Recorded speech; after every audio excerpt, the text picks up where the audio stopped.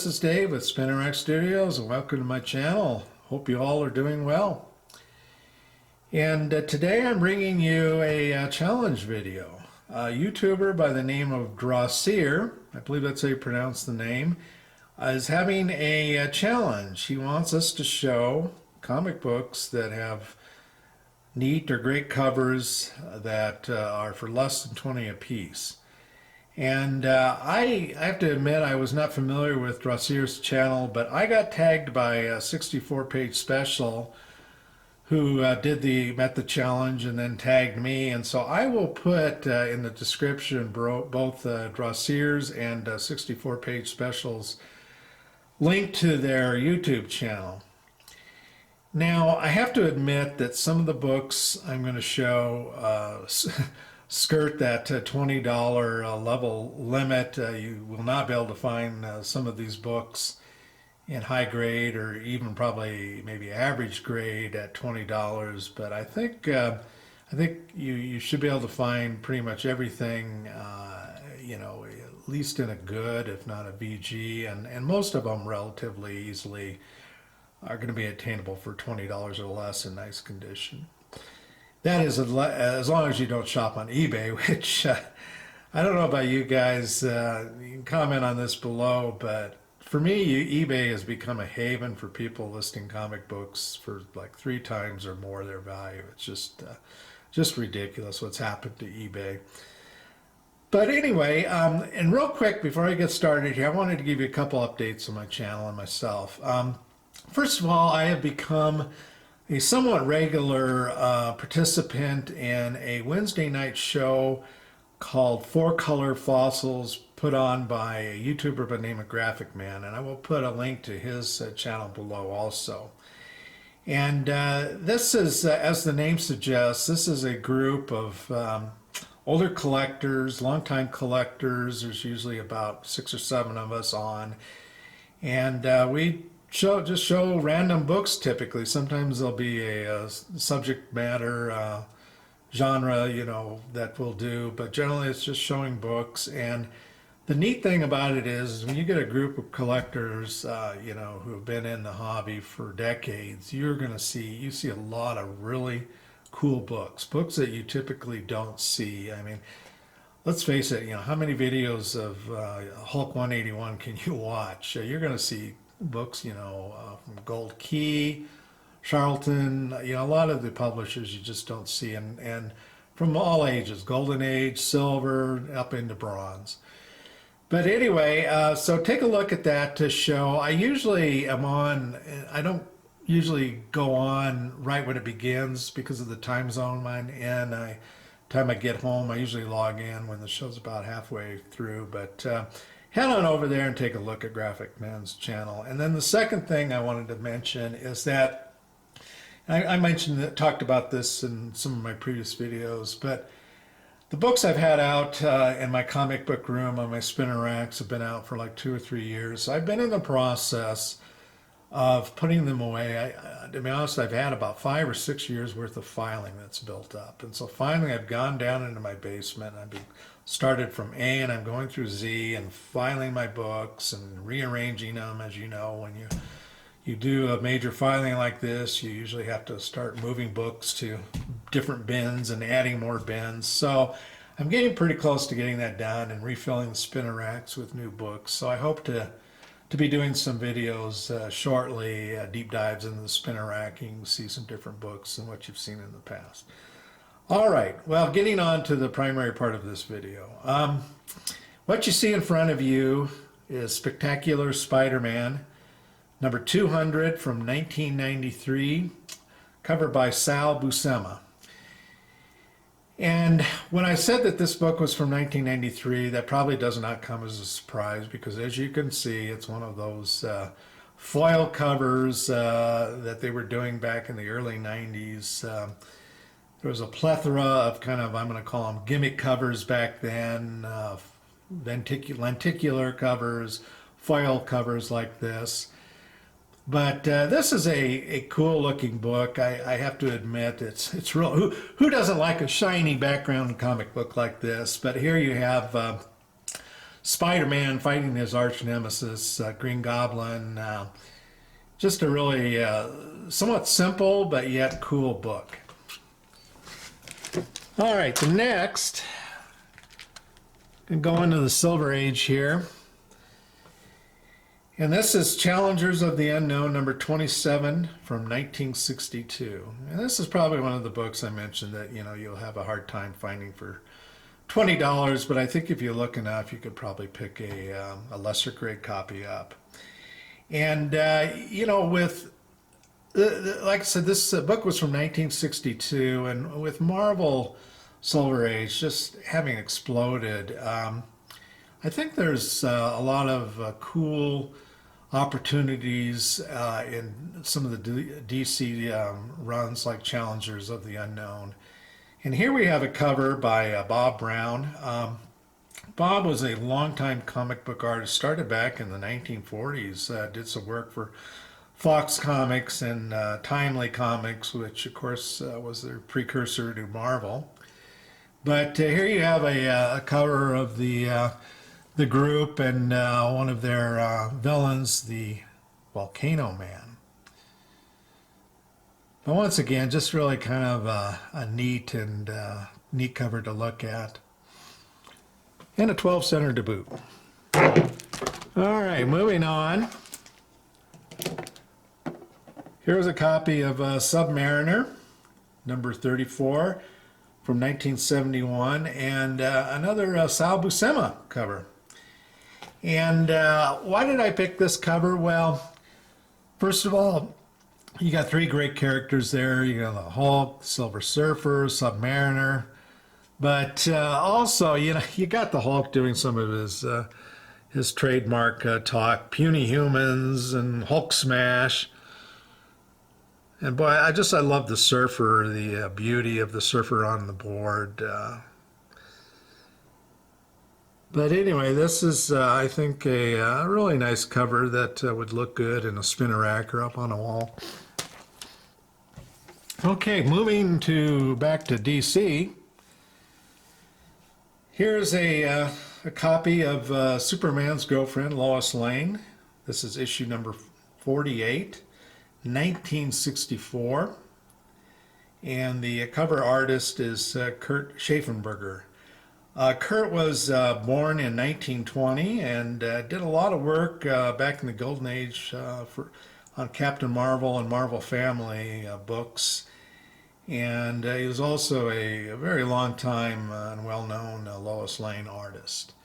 But, the Lois Lane covers, I think, are kind of known for having very quirky covers. And this certainly is one of them, obviously a take on Cinderella. So I like books like this that kind of, are a little bit out of the ordinary and a little bit quirky.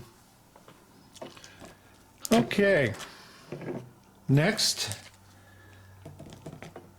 Marvel's Man-Thing, number 20 from 1975.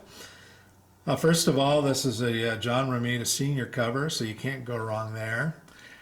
I am not a Man-Thing reader, really wasn't a big fan of the character, but so why this book? Well, look at all of the great Marvel characters you have on it. Spider-Man, obviously, Daredevil, Shang-Chi, or I think that's how you pronounce Shang-Chi, I think that's how you pronounce it, based on the movie, and The Thing. And so just a really fun cover with some great Marvel characters. Okay, and next up is Incredible Hulk, number 49 from 2003, by the artist Cor Andrews, I believe is how you pronounce his name, Cor. And obviously it's a homage cover to Where the Wild Things Are, which was a 1963 children's picture book by American writer and illustrator Maurice Sendak. And I'm sure all of us have familiar with that book and the style of artwork, and what a clever cover this is, done exactly in that style, except instead of the creatures from Maurice's book, you have the Hulk there, both green and gray, and Bruce Banner leading the charge there, just like you would see in the book. So really enjoy this. I think it's a very clever cover. Okay, we're going to move on. This is the issue of the Frogmen, number 11. It's a painted cover from 1964, and the cover artist appears to be unknown. And there were 10 issues of this series, plus the very first issue actually was from 4-Color Comics, which technically would have been issue number 1, so 11 issues in all. But this is the final issue, and just, you know, these painted covers that Dell and Gold Key had are just really gorgeous when you look at them. You know, we're so used to most of the Marvel and DC art, of course, being pencil art and pencil covers, but I've been more and more getting into these painted covers. So anyway, this is a book I think that you can pretty easily pick up, and adds a lot of nice variety to a collection. Okay, moving on to Fantastic Four, issue number 299 from 1987. And both John and Sal Buscema have been credited for this cover. So my guess is that John probably did the basic layouts, and then Sal came in and penciled over the layouts.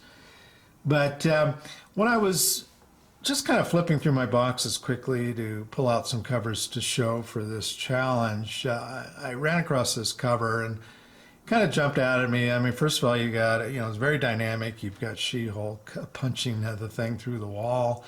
But maybe what I liked most about it was Spider-Man up on the wall there, kind of witnessing this. And I'm sure he's kind of thinking to himself, man, I don't want to go in there and get it into any of this. But just a really nice cover that I think jumps out at you.